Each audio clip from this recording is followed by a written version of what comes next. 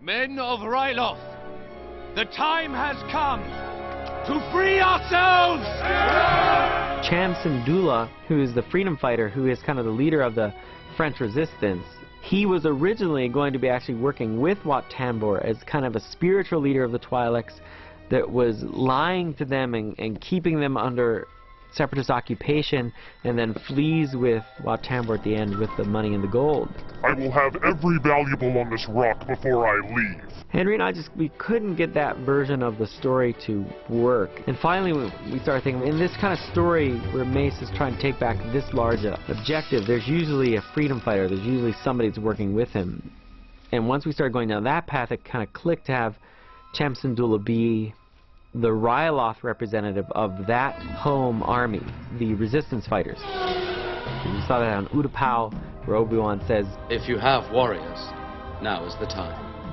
so these guys are the Ryloth soldiers that are fighting against the occupation, trying to free their planet. They are not sold on the help of the Jedi at first. General Syndulla, I've come for your help. What makes you think you'll get it? One of my favorite lines in Season 1 was when Cham Syndulla says to Mace Windu, How long before I am fighting you, Master Jedi? it really poses an interesting question about how Cham sees the occupation of the planet by the Separatists and by the Republic. To him, it's just another army. Charge! Henry could probably go into greater detail as far as the French Revolution, and I mean the Twi'leks have a French accent because that's what George asked for, very specifically. My first instinct wasn't to have that, but you know, I think it does give them, it gives them a certain flavor and a certain characteristic, and so we kept that with Aayla Secura and we kept it with Orn Free Taa.